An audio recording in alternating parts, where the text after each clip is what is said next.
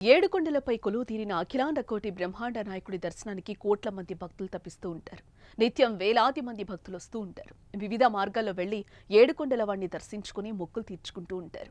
ఆ శ్రీవారి దర్శన భాగ్యం పొందటానికి వచ్చే భక్తులకు రద్దీ కారణంగా కొన్నిసార్లు ఇబ్బందులు తప్పడం లేదు. రోజుల తరబడి వేచి ఉండాల్సిన పరిస్థితి, వసతి గదులు పొందటంలోనూ కొంత ఇబ్బందికర పరిస్థితి, అవగాహన లేక కూడా కొందరు భక్తులు ఇబ్బందులు ఎదుర్కొంటున్నారు. దీంతో టీటీడీ భక్తులకు సౌకర్యార్థం సాంకేతికతను అందుబాటులోకి తెస్తోంది. దర్శన భాగ్యం నుంచి వసతి వరకు ఎలాంటి అసౌకర్యం కలగకుండా చర్యలు చేపడుతోంది. వీలైనంత త్వరగా దర్శనం కలిగేలా ఏర్పాట్లను చేస్తోంది. ఈ మేరకు టీటీడీకి గూగుల్ సేవలు దర్శనాలతో పాటు వసతి, ఇతర సేవల కోసం కూడా గూగుల్ సహాయం టీటీడీ తీసుకోనుంది. ఏ సమయంలో ఏ సీజన్లో ఎక్కువ మంది భక్తులు వస్తున్నారనే సమాచారం టీటీడీకి తెలుస్తుంది. దీన్ని బట్టి భవిష్యత్తులో సమస్యలు రాకుండా ఏర్పాట్లు చేస్తోంది. దర్శనం ఎలా చేసుకోవాలి, ఇలాంటి దుస్తులు వేసుకోవాలి, అక్కడ పాటించాల్సిన నియమాల గురించి యాత్రికులు ఏఐ సహాయంతో తెలుసుకోవచ్చు.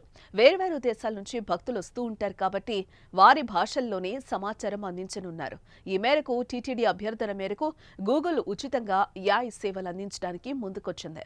మరో వారం 10 రోజుల్లో టీటీడీ గూగుల్ మధ్య ఒప్పందం చేసుకునే అవకాశం ఉంది. ఆ తర్వాత గూగుల్ అధికారులు తిరుమలలో క్షేత్రస్థాయిలో పర్యటించి పనులు పూర్తి చేస్తారు.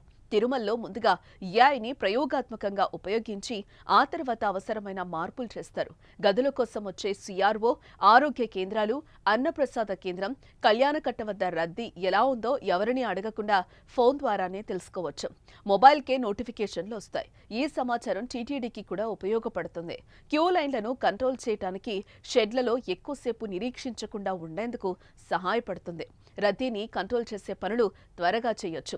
గూగుల్ మ్యాప్స్ ద్వారా ఎప్పటికప్పుడు రద్దీ ఎలా ఉందో తిరుమలకొచ్చే భక్తులు తెలుసుకోవచ్చు. తిరుమలలో జరిగే మోసాలను కూడా ఏఐ ద్వారా కంట్రోల్ చేయడానికి సర్వం సిద్ధమవుతోంది. తిరుమలలో గూగుల్ ఏఐ కెమెరాలు ఏర్పాటు చేయనుంది.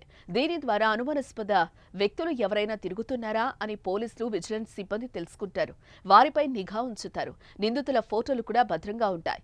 ఏఐ టెక్నాలజీ ద్వారా దళారులను కూడా అడ్డుకోవచ్చు. దీనివల్ల మోసపోయే భక్తుల సంఖ్య తగ్గుతుంది. తిరుమలలో ముందుగా ఏఐని ప్రయోగాత్మకంగా ఉపయోగిస్తారు. ఈ ప్రాజెక్టు విజయవంతమైతే ప్రతి భక్తుడికి ఒక స్పెషల్ పర్మనెంట్ ఐడి వస్తుంది.